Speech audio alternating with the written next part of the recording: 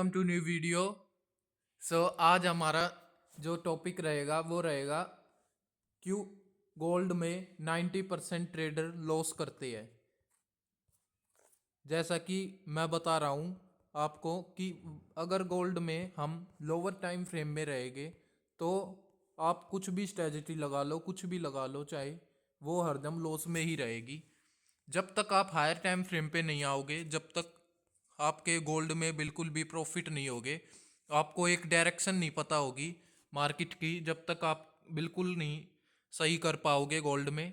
आपको हरदम higher time frame से लोअर टाइम फ्रेम जाना होता है और आप लोग हरदम लोअर टाइम फ्रेम से हायर टाइम फ्रेम पे जाते हो। आप लोगों को हरदम हायर टाइम फ्रेम की डायरेक्शन पता रहनी चाहिए कि आज हमारी मार्केट किस डायरेक्शन में रहेगी, क्योंकि अगर आपको पता रहेगा कि हमारी मार्केट किस डायरेक्शन में रहेगी तो लोअर टाइम फ्रेम ऑटोमेटिक ही उस साइड में ही जाएगी। जिस साइड हायर टाइम फ्रेम बोलेगे उस साइड लोअर टाइम फ्रेम अपने आप ही जाएंगे। और अगर लोअर टाइम फ्रेम अप की बोल रहे हैं तो उससे नीचे के जो टाइम फ्रेम है वो डायरेक्शन अप्लाई कर सकते हैं, लेकिन हायर टाइम फ्रेम वो डायरेक्शन अप्लाई नहीं करेगा। हायर टाइम फ्रेम अपनी डायरेक्शन बताएगा। हर एक टाइम फ्रेम की अपनी डायरेक्शन होती है, 5 मिनट की अपनी, 4 आवर की। लेकिन आप जितनी बड़ी डायरेक्शन पे, जितने हायर टाइम फ्रेम पे रहोगे उतनी वो स्ट्रॉन्ग डायरेक्शन रहेगी आपकी। इसमें 100% बिल्कुल कुछ नहीं होता, पहले मैं आपको ये बता दूं, क्लियर कर दूं। इसमें अगर आप 4 आवर डेली पे भी खेल रहे हो तो वो भी एक प्रोबेबिलिटी के ऊपर होता है कि हाँ भाई डेली टाइम फ्रेम ऊपर की बोल रहा है तो इतने परसेंट चांस है ऊपर जा सकती है। कि इसमें एक डिफेंस पॉइंट होते हैं हमारे, फर्स्ट लाइन लास्ट लाइन, वे इसीलिए बनाए गए हैं कि जब तक वे होल्ड है, जब तक हमारी डायरेक्शन में मार्केट मूव कर रही है। लेकिन अगर वे टूट जाते हैं तो हम अपने बायस को चेंज कर सकते हैं। इसमें 100% कुछ नहीं होता।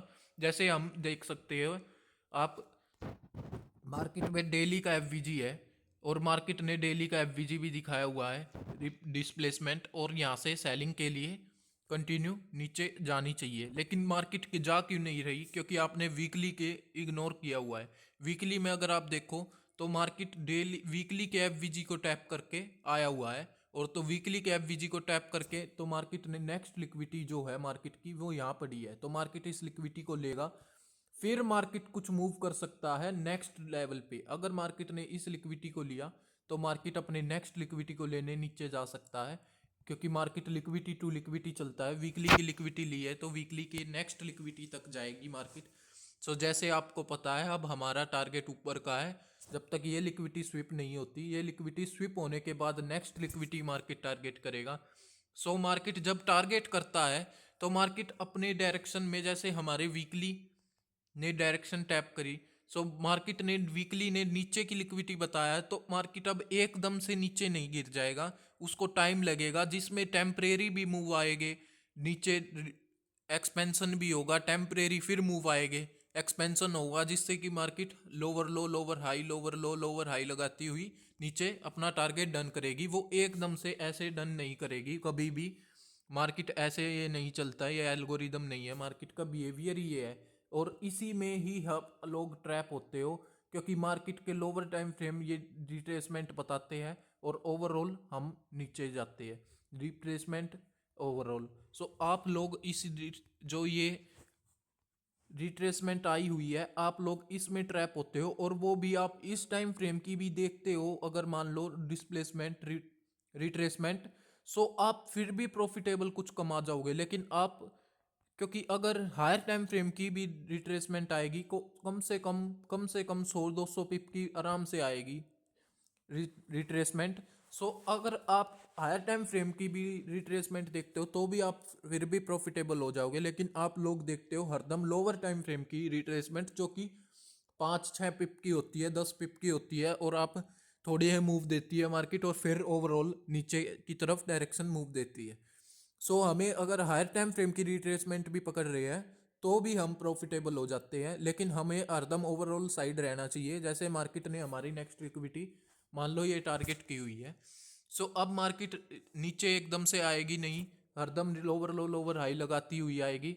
जैसे मार्केट ने नीचे की साइड रिट्रेसमेंट दिखाई, डिस्प्लेसमेंट दिखाई, ऊपर कुछ जो लेवल टैप होने रहते हैं मार्केट उसको टैप करता है और फिर कंटिन्यू करता है। जैसे हमारे हायर टाइम फ्रेम रहता है, हमें हरदम हायर टाइम फ्रेम से ही एंट्री मारनी चाहिए, क्योंकि अगर हायर टाइम फ्रेम हमें नीचे की बोल रहा है तो हमें वहाँ रिस्क लेना चाहिए और फिर मार्केट रियल मूव देता है। हरदम हमें ये ध्यान रखना है कि हमारे हायर टाइम फ्रेम क्या बोल रही है, फिर हमें उसी डायरेक्शन में डिस्प्लेसमेंट आने की वेट करना होता है। फिर एंट्री उसके कुछ लेवल्स होते हैं, अगर आपको उस लेवल्स की वीडियो चाहिए तो कमेंट कर देना, मैं उस लेवल्स की भी वीडियो बना दूंगा।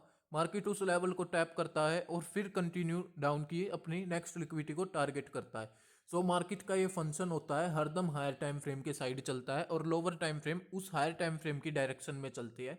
सो अगर आपको इसके बारे में और नॉलेज लेनी है तो हमें वीडियो पे कमेंट कर देना और चैनल को सब्सक्राइब करके बेल आइकन जरूर ऑन कर लेना, ऐसी ऐसी डेली लेटेस्ट वीडियो के लिए।